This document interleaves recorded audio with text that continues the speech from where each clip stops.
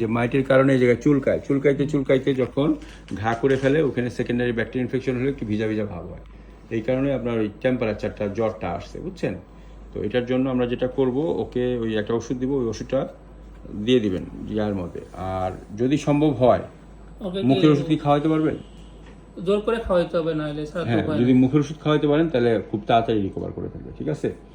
এই তাহলে আমরা ইঞ্জেকশনে ওর যেই অবস্থা বেশি গাড়ায় নাই, ইঞ্জেকশন না দিয়ে ওই লাগানোর যেই জিনিসটা সেটা দিলেই হয়। আর যদি সম্ভব হয় মানে এরকম একটা ভ্যাকসিন দেওয়া মানে যাবে? হ্যাঁ ভ্যাকসিন ভ্যাকসিন দেওয়া যাবে। আচ্ছা, এই গ্লাভস একটা নিতে হবে, হ্যাঁ নাহলে ওকে হ্যাঁ, পারা এরকম যাবে একটা না। মানে গ্লাভস যদি আপনি নেন তাহলে আপনার যেটা হবে যে আপনার গোসল করার সময় সমস্যা হবে না।